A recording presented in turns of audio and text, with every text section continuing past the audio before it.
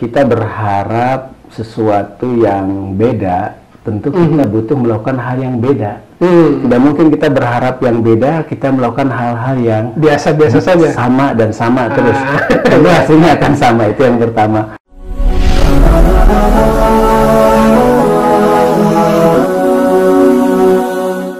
Bismillahirrahmanirrahim. Assalamualaikum warahmatullahi wabarakatuh. Salam juang kebaikan.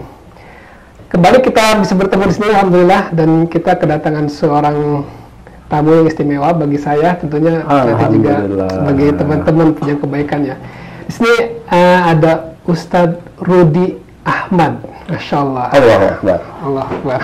Ya, beliau seorang motivator bagi saya, dan banyak sekali teman-teman yang sudah termotivasi, dan mungkin saya berharap podcast sekarang ini banyak memotivasi teman-teman, insya Allah, dengan kebaikan-kebaikan beliau. Amin. Ya. Assalamualaikum warahmatullahi wabarakatuh, Ustaz. Waalaikumsalam warahmatullahi wabarakatuh. Gimana, Taufik, sehat? Alhamdulillah sehat. Gimana kabarnya, Ustaz? Alhamdulillah. Alhamdulillah. Ya masih, alhamdulillah. Apalagi sekarang mendekati Ramadan, kita berharap semua aktivitas berakhir sebelum Ramadan. Kalau belum bisa, aktivitas duniawi maksudnya. Iya. Sebelum 10 hari terakhir di bulan Ramadan. Amin, Masya Allah. Amin. Jadi beliau ini unik ya, pengusaha yang tidak punya kantor. Alhamdulillah. Dan setiap hari selalu keliling-keliling ya. Antum tahu barusan tidak cerita ya, beliau kemarin sholat zuhur di Parung. Sholat Parung. Iya. Sholat maghribnya di Salat maghrib daerah masih Bogor, Lewiliang. Di Bogor. Jadi cukup lumayan lewat IPB sana itu Lewiliang, kalau nggak tahu daerah Lewiliang ya, Lewiliang. Nah, dan itu sholat subuh di Cianjur. Ah, ini luar biasa. Sholat zuhur. Nah sekarang kita sholat zuhur tadi di Bandung ini. Masya Allah. Ya, alhamdulillah. Selalu keliling, makanya saya pernah kontak beliau lagi di mana nih? Lagi di Bogor. Besoknya udah di Kendari lagi. Biasa nih. Insya Allah akan banyak manfaat yang kita dapat dari beliau ya. Mungkin kita awal ya, Ustaz ya. Selama ini antum nih dapat kegiatan mungkin dari porsi bisnis dulu ya, Ustaz ya. Bisnis nih keliling-keliling. Selama ini apa sih yang menarik buat antum? Bisnis nggak satu tempat ya, lihat ada di Bogor, ada di Kendari, kadang ke Surabaya, dan ini luar biasa banyak sekali hikmah yang bisa kalau cerita ya. Itu motivasi antum bisa seperti itu gimana saat keliling? Jadi sebetulnya teman-teman semua di podcast Pejuang Kebaikan, kita berharap sesuatu yang beda, tentu kita butuh melakukan hal yang beda. Tidak mungkin kita berharap yang beda, kita melakukan hal-hal yang biasa-biasa saja, sama dan sama terus. Tentu hasilnya akan sama, itu yang pertama. Jadi itu motivasi yang pertama, bahwa kita berharap hasil beda, tentu kita harus melakukan hal-hal yang berbeda. Yang kedua juga yang namanya keteraturan, ini saya pribadi sharing saja ya, mungkin bisa ya, bisa yes, bisa no, itu terserah ya bagi antum semua. Yang jelas keteraturan itu dimulai dari ketidakteraturan. Kita berharap keteraturan tanpa kita melakukan kegiatan yang perlu banyak diperbaiki, kan membutuhkan waktu, tenaga yang ekstra. Akhirnya sampai pada keteraturan. Kalau di dunia bisnis orang mengatakan ini sudah autopilot. Menuju ke sana itu kan tidak mungkin semuanya serba teratur, karena yang serba teratur itu nanti dijalankan oleh karyawan kita ataupun manajer. Jadi membangun sistem ya, untuk bangun sistem yang baik itu perlu effort yang lebih gitu ya. Luar biasa. Nanti setelah terbangun sistem bisa seimbang gitu ya. Kemudian yang berikutnya, agama kita mengajarkan yang namanya silaturahim ya, dalam bahasa konteks Indonesia ya.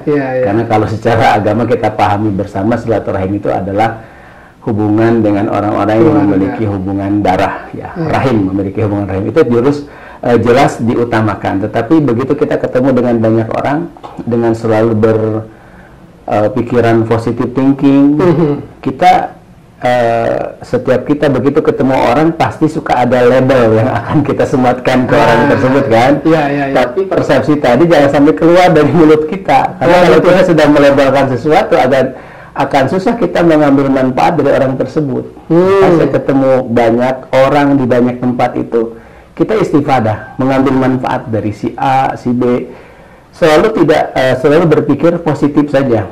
Sehingga begitu orang memang kita datang itu untuk belajar ke dia akan memberikan hal-hal yang lebih yang kita tidak dapat itu, misalkan di tempat kuliah, belajar secara formal. Nah, ketemu dengan orang-orang yang jauh sukses di atas kita, itu pelajaran lebih mudah kita mencernanya. Jadi jangan selalu belajar dari kegagalan. Sudahlah belajar dari kesuksesan orang lebih mudah lagi. Nah, seperti itu. Maksudnya beragama itu maksudnya kalau kita ketemu orang nih, kita langsung bersangka oh itu begini gitu. Itu yang secara otomatis manusia pada umumnya kalau dia mindsetnya belum diperbaiki, ketemu orang ini jangan-jangan orang misalkan penipu. Kecurigaan muncul ya? Ya ini mungkin orang begini dan begitu. Iya. Sehingga kita akan susah. Dan pada prinsipnya saya sangat yakin dengan apa yang kita pahami bersama, al-arwah junudul mujannadah. Ruh itu akan bersama dengan yang sejenis kita. Orang baik dikumpulkan dengan orang yang baik. Begitu kita selalu berprasangka baik. Kemudian orang mengatakan positive thinking, positive feeling. Perasaan juga harus baik ya. Positif juga. Maka Allah akan satu frekuensikan kita ketemu dengan orang-orang yang kulitnya itu begitu ketemu, saya cocok dengan antum. Selesai. Itu tidak bisa dijelaskan. Seperti orang jatuh cinta. Ada penjelasannya, rumusnya? Susah. Dan itu bisa terjadi begitu kita banyak berinteraksi dengan banyak orang, mengenal banyak karakter manusia. Kemudian dengan orang-orang yang sama, tetapi selalu kita menjaga membuat labeling tadi. Karena begitu labeling kita keluarkan, dari awal kita sudah mendoakan orang tersebut. Ini memang orang nggak baik nih, gitu ya. Hati-hati iya, tetapi itu akan terasah dengan banyaknya kita berinteraksi dengan banyak pihak, banyak orang, banyak karakter. Dan selalu kita meminta kepada Allah Subhanahu wa Ta'ala agar dikumpulkan dengan orang yang baik. Nah, seperti itu. Ya kalau di di teori fisika itu Garputala itu ya. Akhirnya nanti gelombangnya sama gitu. Nah, itu kita getarannya itu sama, satu vibrasi orang bilang. Nah, itu yang diharapkan dengan ketemu banyak orang seperti itu. Dan kita juga kalau sholat Jumat, apa lanjutannya setelah sholat Jumat perintah dari Allah? Berdagang. Bertasiru. Intisar ya. Kita menyebar. Ya. Perintah ya. Kalau kata orang Sunda mah ulah di mahwae dalain majikom. Banyak jadi termos es ya. Karena keliling dengan orang tukang jualan es. Banyak pengusaha yang tadinya dia tukang dagang termos es keliling gitu ya, jualan es keliling, jadi pengusaha hebat ya. Seperti ini kalau orang ketemu orang sudah kasih label itu mungkin malah membatasi potensi orang tersebut ya. Kita jadi asalnya dia bisa punya pengaruh kuat ke kita, malah karena kita udah pagar label ini kurang baik, membatasi. Betul, jadi kalau berbicara persepsi ya, jadi kita juga ada dua hal dari dalam kita. Jangan kita melabel orang lain ya, menjudge kata orangnya, ini orang baik, ini orang jelek dan lain sebagainya, berbagai macam label yang bisa kita sematkan. Tetapi juga kita bisa mengukur, ini jujur-jujuran misalnya, kalau ketemu seseorang yang tapi syaratnya orangnya itu belum kenal kita, baru pertama kali, misalkan kita tolong tatap mata saya 1 menit, tapi awas nanti jangan terjadi sesuatu di 1 menit, bahaya. Kemudian setelah itu katakan sejujurnya kamu tentang saya. Katakan aja di awal pertemuan.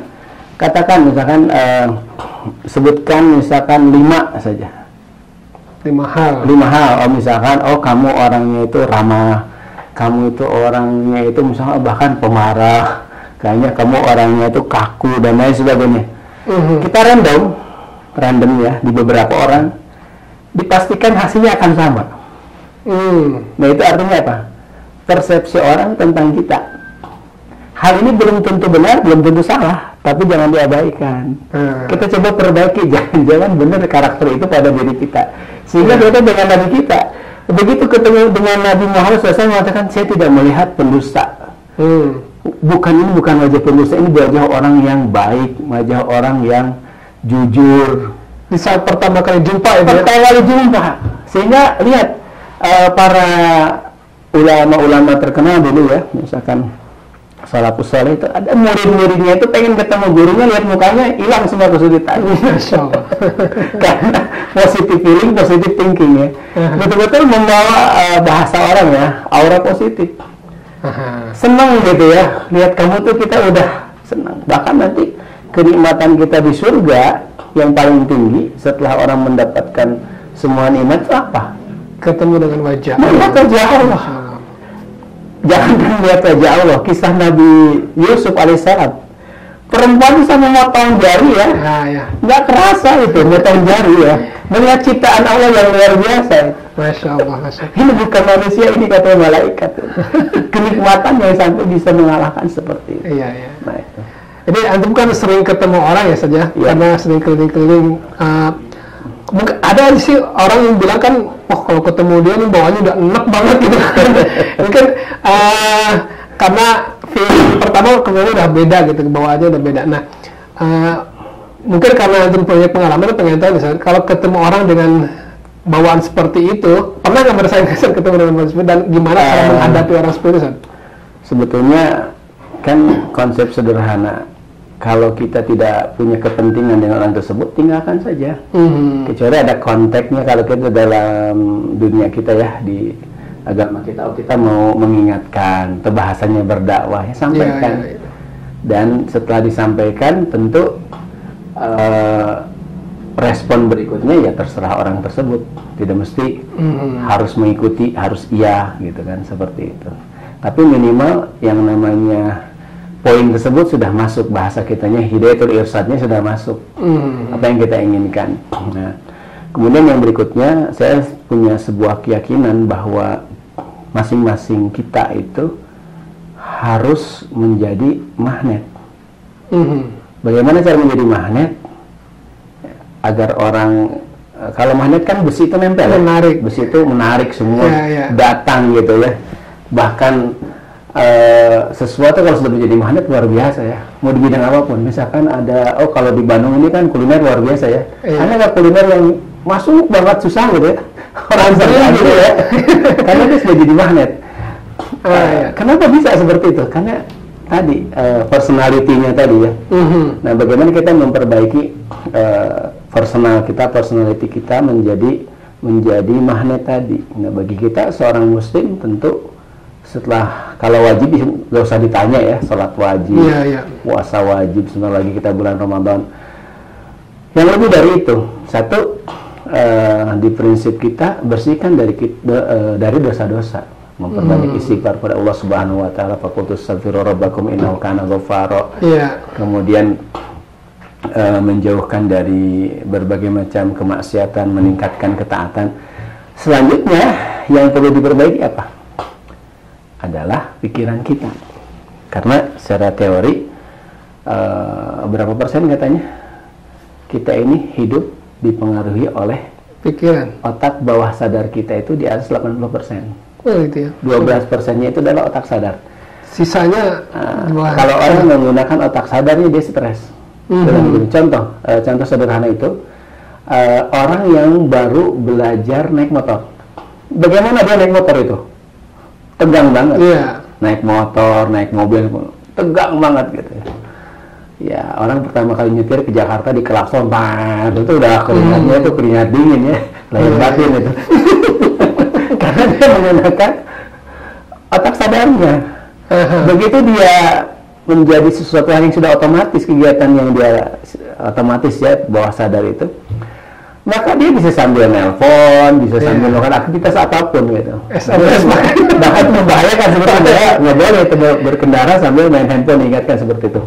Nah itu otak bawah sadar. Termasuk kalau orang tua kadang-kadang mengingatkan anaknya di rumah, nak tolong ya, itu tolong sepatu taruh di rak sepatu, itu anduk taruh di tempat anduk. Nggak bakal didengar karena di pikiran dia kalau selesai mandi lempar itu anduk. Di bawah sadar dia. Itu.